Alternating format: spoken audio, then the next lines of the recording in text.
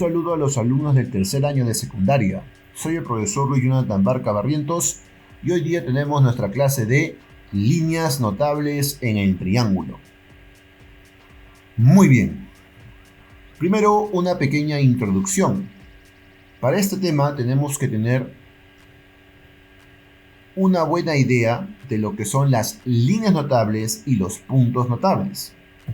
Cabe resaltar que una línea notable en geometría puede ser una mediana, una bisectriz, una altura o una mediatriz, ¿correcto?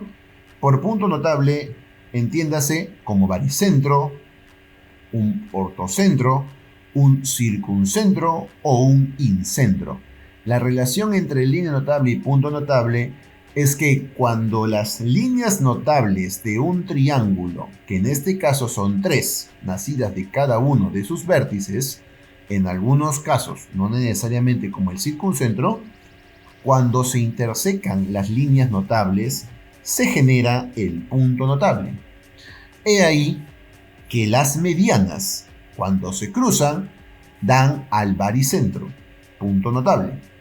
Cuando las bisectrices de un triángulo se cruzan, generan al incentro. Cuando las alturas de un triángulo se cruzan, te genera el ortocentro. Y cuando las 3 mediatrices de un triángulo se cruzan, te genera al circuncentro. ¿Correcto? Como te das cuenta, tienes que tener un poco de memoria, un poco de atención, para que esta nueva teoría pueda de alguna manera asimilarse. Conceptos previos. Por ejemplo, el incentro es el punto de reunión de las bisectrices internas del triángulo. AE, como te das cuenta, es una bisectriz interna, así como BD, así como CF. Ese punto I es el incentro. Recordando también que el punto I es el centro de la circunferencia inscrita en dicho triángulo, ¿correcto?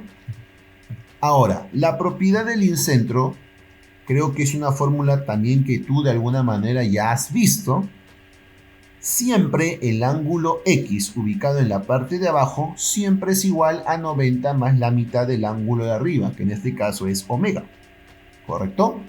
¿Cuándo sucede esa fórmula? Cuando el I es incentro. Cuando es excentro, tendremos el punto E. Y ese punto E ahora se coloca en la parte externa del triángulo, ¿correcto?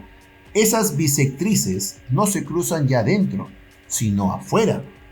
En este caso, para el excentro, la fórmula es la siguiente. X es igual a 90 menos la mitad del ángulo omega.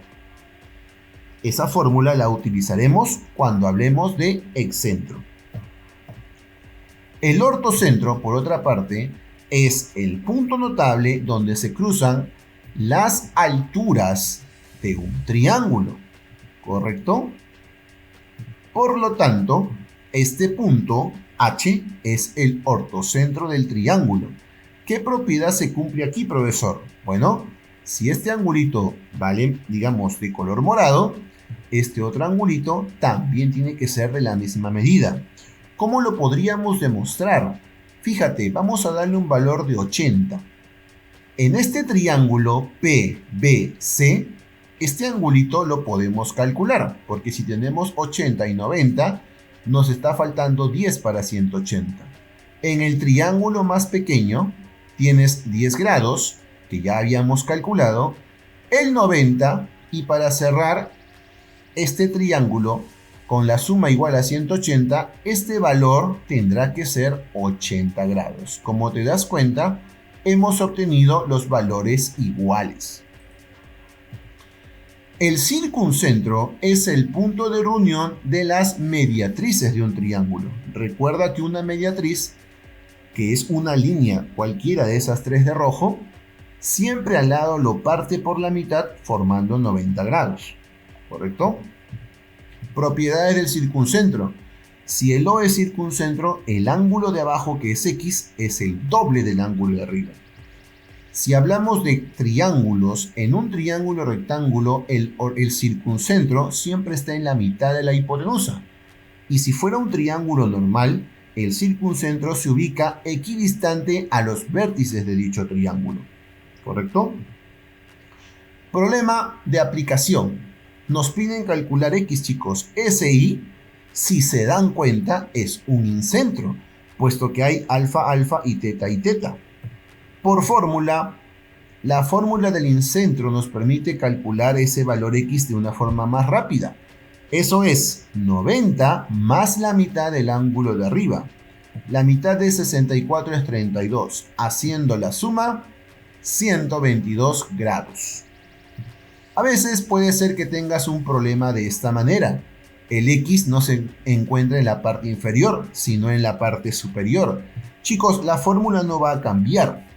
Por propiedad, ese 130 tendrá que ser 90 más la mitad del ángulo de arriba, que en este caso es x.